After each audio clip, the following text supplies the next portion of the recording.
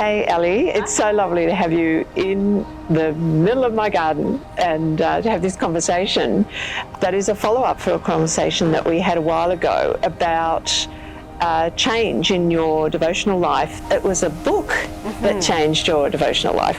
What was that book? Yeah, the book was the Bible, but maybe surprising, a different translation of the Bible than what we often use. I picked up a copy of the Message translation earlier in the year.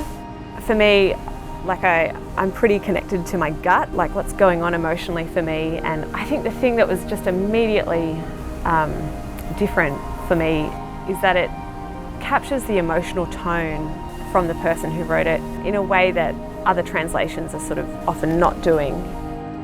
And so I've had moments where I've been reading a very familiar part of the Bible in this translation, and it's just hit me, and I've had moments where I've just burst into tears because it's incredible truth that is just landed on me in a fresh way.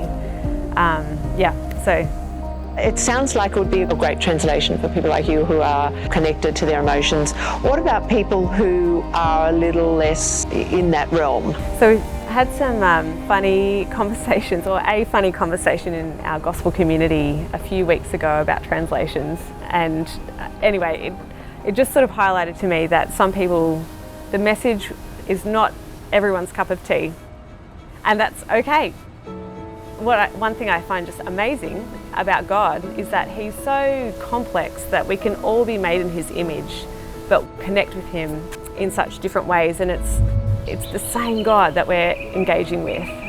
But I do wonder, for people who might have less of an intuitive connection to their emotions, maybe it's an opportunity to find a new way of connecting with Him. So I would say, don't write it off necessarily.